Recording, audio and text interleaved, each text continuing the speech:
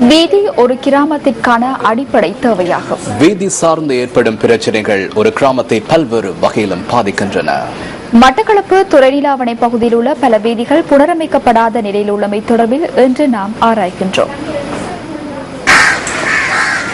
கிழக்கு மாகாணம் மட்டக்களப்பு மாவட்டம் துறை நீலாவணை பகுதியில் உள்ள வீதிகள் பலவும் கடந்த 30 வருடங்களுக்கும் மேலாக புனரமைக்கப்படாத நிலையில் காணப்படுகின்றன. துறை நீலாவணை மேற்கு வீதி வழியாக பயணிப்பதில் அந்த பிரதேச மக்கள் பாரிய சிரமங்களை எதிர்நோக்கி வருவதாக தெரிவிக்கின்றனர். 1970ஆம் ஆண்டு தார் வீதியாக நிர்மாணிக்கப்பட்ட துறை நீலாவணை மேற்கு வீதியானது தற்போது பயணிக்க முடியாதவாறு சிதைவடைந்து காணப்படுகிறது. துறை நீலாவணை தில்லையம்பல பிள்ளையார் ஆலயத்துக்கு செல்லும் முக்கிய வீதிகளில் ஒன்றாக இந்த மேற்கு வீதி அமைந்துள்ளது.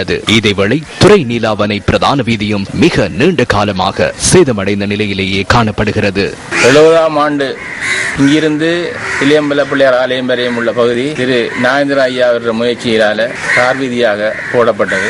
அதற்கு பிறகு இந்த வீதி தொடர்ச்சியாகவே இடிபாடுகள் ஏற்பட்டு திருத்தம் ஒன்றும் இல்லாம இன்றைக்கு வரையும் பிரயாணம் செய்ய முடியாத நிலையில இந்த வீதி இருக்கின்றது.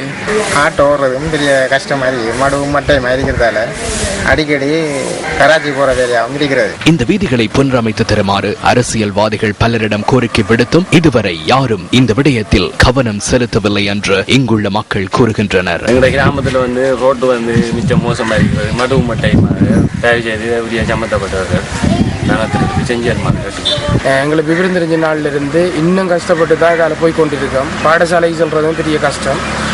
அதை விட இங்கிருந்து எங்களுக்கு பஸ் போக்குவரத்து இல்லை. இந்த ரோட்டு மோசம் என்றதால அரசியல்வாதிகளிடம் என்று கூறிய போதும் அதிகாரிகள் எந்தவித நடவடிக்கை எடுக்காமல் உள்ளது.